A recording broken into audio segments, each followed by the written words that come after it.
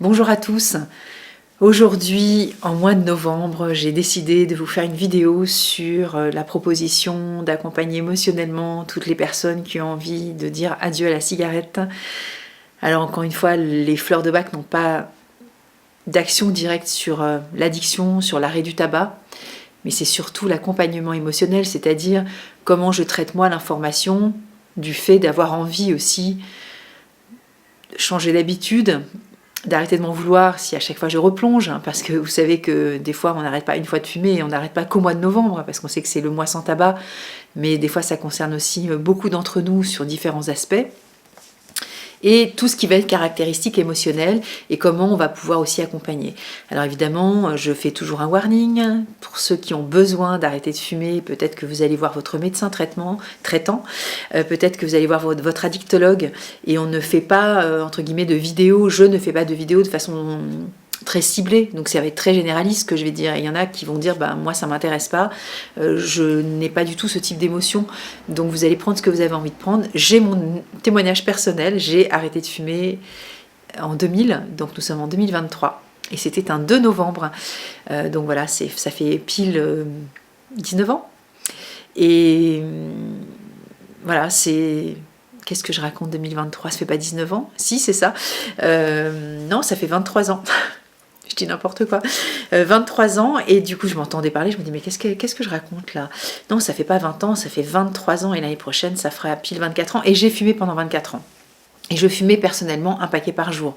Donc j'étais une fumeuse, vous voyez, et quand je m'adresse aux personnes qui ont ce souhait d'arrêter de fumer, évidemment, il y en a qui vont fumer 3-4 cigarettes par mois, voire même par an, et puis il y en a qui vont avoir besoin de fumer davantage. Donc évidemment, je ne me pose pas là comme un donneur de leçons sur ceux qui fument ou ceux qui ne fument pas. Je suis moi-même ancienne fumeuse.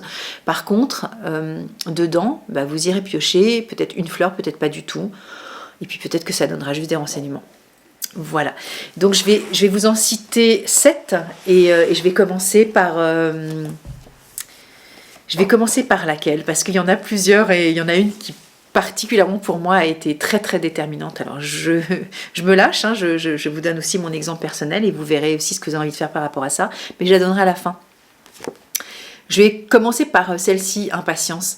Impatience, ça peut arriver que nous soyons dans ces états émotionnels de grande nervosité, de grande impulsivité, de grande réaction, des fois déproportionnées, de rapidité, parce qu'on a l'impression qu'on est irritable parce que ça va pas assez vite, et ça va pas assez vite quand on vit ce genre d'émotion de l'arrêt du tabac. Mais encore une fois, je ne fais pas de généralité, hein, je parle aussi de mon expérience et ce que j'ai pu voir et observer autour de moi, ce qui n'est pas le cas de tout le monde. Les personnes qui vont dire moi je ne suis pas du tout irritable quand j'arrête de fumer, voilà. Mais ça peut arriver que le fait d'arrêter de fumer puisse engendrer ce type émotionnel d'espèce d'animosité, de nervosité, de se dire je supporte plus rien là. Donc on devient nerveux, impatient, irritable, flûte, tu m'énerves, dépêche-toi. Voilà. Et là, ça peut être aussi le fait d'arrêter de fumer aussi, que tous les symptômes entre guillemets émotionnels puissent passer, hein, ça pourrait être aussi ça. Il y a cette fleur que j'ai envie aussi de vous proposer qui est Cherry Plum. Cherry Plum, elle parle de ces moments où on est dans l'incapacité de pouvoir maîtriser nos nerfs justement et nos impulsions. Et les impulsions, ça peut être aussi d'avoir envie de recraquer sur la cigarette.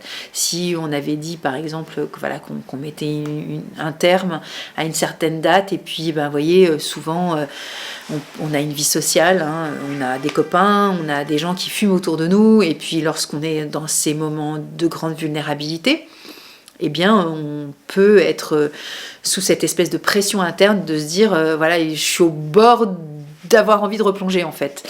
Et donc, dans ces moments-là, émotionnellement, ça peut être intéressant aussi d'être accompagné avec les fleurs dans ce cadre-là. Vous voyez, on peut très bien prendre, lorsque vous avez envie de prendre des médicaments, des patchs, je ne connais pas tous les systèmes qui existent pour mettre au point les arrêts du tabac. J'avais expérimenté moi-même l'acupuncture et j'ai arrêté de nombreuses fois avant d'arrêter définitivement pendant 23 ans. Et donc voilà, c'est vraiment des expériences de vie, vous voyez, c'est pour ça que je ne pose pas de jugement, tout le monde fait ce qu'il peut, ce qu'il veut. Il y en a qui vont dire, écoute, moi j'ai envie d'arrêter pour un certain laps de cigarettes par mois, par jour, par semaine, etc., par an, mais par contre je garderai la cigarette, etc. Il y a des gens qui vont dire, mais moi je suis, et ce qui était mon cas, incapable, c'était tout ou rien en fait. J'avais déjà évidemment arrêté de fumer, donc à chaque fois je reprenais, je me disais, bon attends c'est cool, je sais arrêter, donc je sais quand même maîtriser. Mais non, il y a des moments où on est dans l'incapacité, et en tout cas c'était mon cas.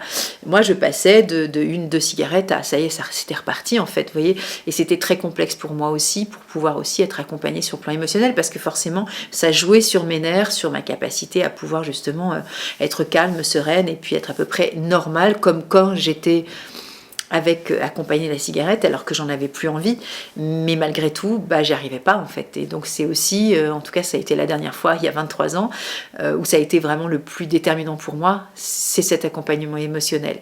Alors on sait qu'il y a une période, enfin je sais que moi j'ai eu une période de 3 semaines assez délicate sur le plan nerveux, et c'est ce qui a été le plus probant pour moi d'être accompagnée à ce niveau-là. Mais peut-être que voilà, vous n'aurez pas du tout ce type de comportement émotionnel, hein. Et justement quand on va des fois retomber sous ben voilà, j'ai pas pu m'en empêcher, j'ai repris, et ben des fois on se sent dans cette forme de culpabilité, on s'en veut, on se fait des reproches en disant quand même tu vois t'es même pas foutu de tenir parole. Enfin, c'est un truc entre toi et soi, hein. On donne pas toujours la parole à quelqu'un, mais on se donne à soi. Vous savez, il y a toujours la bonne résolution de début d'année.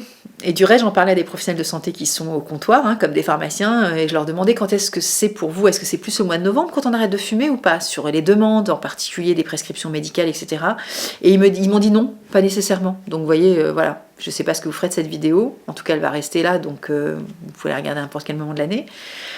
Par contre, ils m'ont dit, et ça j'ai assez surpris, c'est surtout en janvier, en fait, donc du coup elle est postée au mois de novembre, donc si vous avez envie de la regarder à la période de décembre en disant ah tiens ça y est, cette fois-ci c'est bon, bah voilà, ça peut vous faire un truc, tant mieux.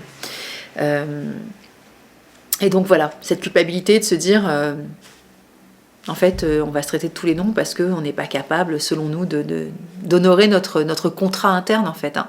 Bah, en fait il faut quand même savoir que pour ceux qui ont déjà arrêté plusieurs fois, et ça dépend encore une fois du contexte, il y en a qui vont dire moi je m'arrête quand je veux, c'est aucun problème, donc c'est ok, et on ne juge pas ceux qui n'y arrivent pas. Vous voyez ce que je veux dire, c'est que moi j'ai l'expérience vraiment de nombreuses fois d'arrêter de fumer, et vraiment j'ai commencé très très tôt à fumer à 14 ans, et j'ai arrêté j'avais quel âge, je ne sais plus, c'était il y a 23 ans, faudrait que je fasse des calculs, mais j'ai arrêté très tard, donc c'était avant ma 3e grossesse, donc j'avais 36 peut-être, 37, quelque chose comme ça, je ne sais plus, 35, mais vous voyez j'ai fumé énormément d'années, donc finalement, oui j'ai fumé 24 ans, donc vous voyez, faites le calcul, hein. J'arrête. Petite erreur technique, n'est-ce pas? Quand on fait des vidéos, on met son téléphone sous silencieux. Donc voilà, tout ça pour dire qu'encore une fois, je préfère mettre un bémol, parce que lorsqu'on n'est pas fumeur et qu'on cherche des fois à accompagner des gens qui sont fumeurs, alors est-ce que c'est votre métier? Est-ce que vous êtes coach? Est-ce que ceci? Est-ce que cela?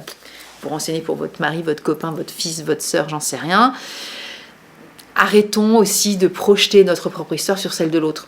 Parce que ce qui est bon pour moi n'est pas bon pour l'autre, et l'autre a d'autres façons émotionnelles de réagir. Et donc lorsqu'on est dans cette bienveillance-là, on est aussi on est au service de l'autre en fait. C'est pas nous qui disons ah, attends, ça va, prends pas la tête pour 10 cigarettes. Bah oui, mais peut-être que si pour la personne c'est 10 cigarettes de trop, c'est voilà, et on juge pas en fait, on n'en sait rien. Moi je suis à la place de personne qu'à part moi-même.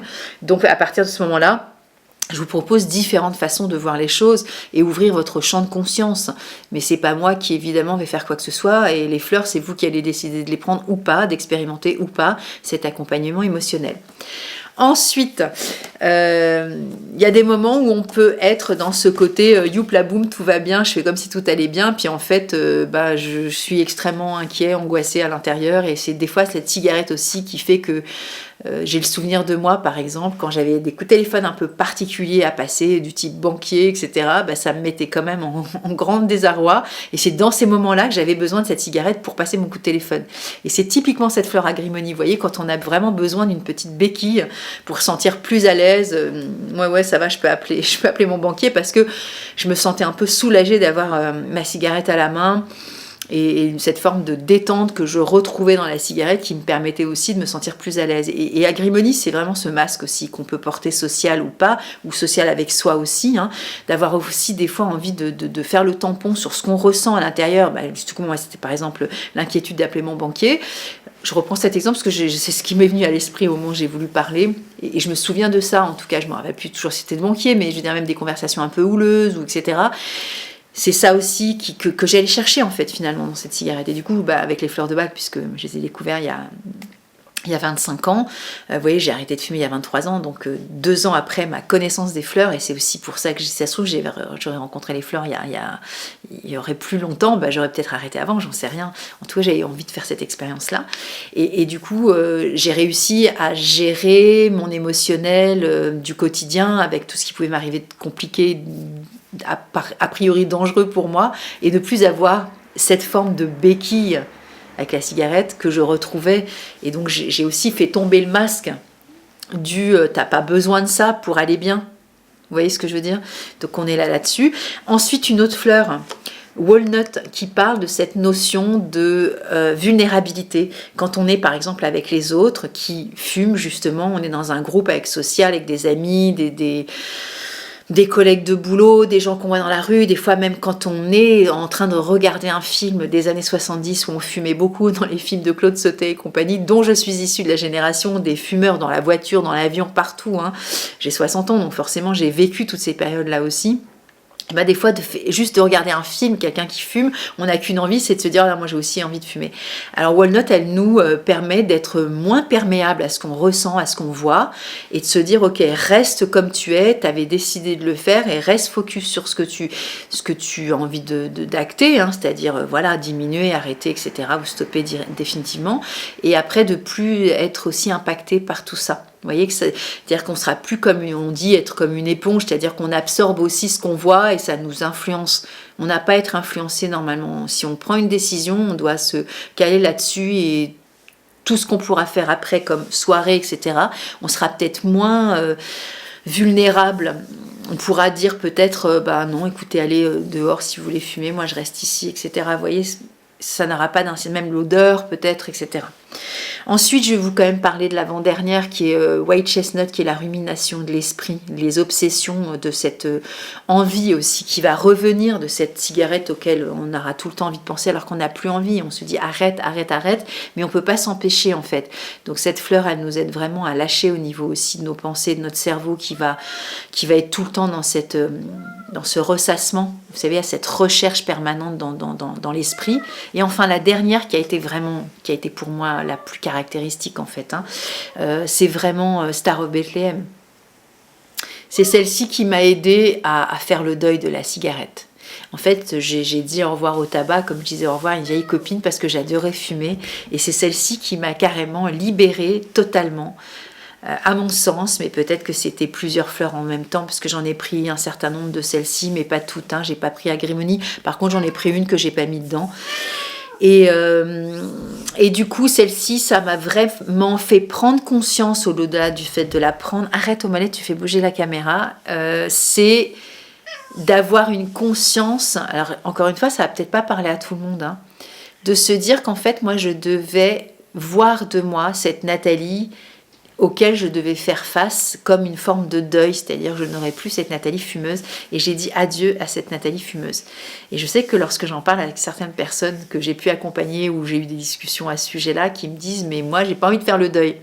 Et c'était justement ça, moi, qui me mettait à chaque fois en challenge, danger, de se dire bon voilà, tu vois, t'as pas fait le deuil, parce que quelque part je me dis ouais mais bon, ça va être l'anniversaire d'un tel, ça va être le 1er janvier, ça va être telle fête, je vais dîner avec machin, donc du coup c'est pas le moment d'arrêter quoi. Donc quelque part je flirtais encore avec l'idée de refumer, et donc quelque part ce deuil là n'était pas acté dans ma tête et j'avais pas complètement coupé, à mon sens, c'est comme ça que je l'analyse, sur cette notion définitive de moi. Et moi, j'avais besoin de mettre un terme définitif parce que je sais que je n'étais pas capable de pouvoir gérer cette notion de plaisir occasionnel, de ce bon moment de fumer une cigarette de façon conviviale, tout comme on pourrait boire avec voilà, avec discernement, un verre de vin, etc. Mais tout comme aussi on va manger de façon occasionnelle certains types d'aliments, etc.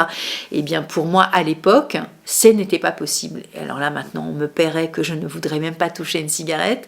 Et voilà, c'est comme ça. Maintenant et j'ai eu pourtant traversé en 23 ans beaucoup d'épreuves aussi. Et jamais, au grand jamais, j'ai pensé à aller me chercher un paquet de cigarettes, vous voyez. Donc quelque part, moi, Star of Bethlehem, elle m'a vraiment aidée à dire ok, maintenant basta, ça suffit en fait. Voilà, tu dis adieu, et adieu, c'est plus jamais, en fait. Et moi, ça a été suffisamment impactant pour que ça cesse dans ma vie. Voilà, vous ferez ce que vous voulez de toutes ces notions-là, toutes ces émotions qui pourront évidemment ou pas vous parler. Vous allez prendre ce qui vous touche émotionnellement, ce qui vous rappelle à votre bon souvenir voilà, de comportement, de façon d'agir, de traits de caractère, peut-être même initial, etc. Et en tout cas, prenez soin de vos émotions. C'est vraiment chouette aussi de prendre du temps pour ça. Parce que plus vous allez prendre du temps, plus vous allez vous découvrir. Et plus on se découvre à travers les fleurs de bac, plus c'est beaucoup plus simple en fait de vivre avec soi-même. Et surtout quand on a décidé quelque chose qui nous semble important. Arrêter de fumer, ça n'est pas anodin. C'est aussi une très jolie prise de conscience de respect de soi, de respect de son corps, de respect de ses limites et des besoins que notre corps réclame aussi quelquefois lorsqu'on tousse beaucoup, quand on est fatigué à l'idée de courir, etc. Vous voyez, moi je sais que j'étais aussi dans cette contrainte physique où mon corps aussi me disait, tu vois, là tu déconnes en fait. Et il n'y a pas de jugement, mon corps ne me juge pas, mais moi je me disais, bon, à un moment donné, stop, quoi, c'est plus possible. Donc ce plus possible-là, j'y ai mis un terme et j'en suis bien contente. Voilà, je vous souhaite une bonne semaine, je vous dis à la semaine prochaine.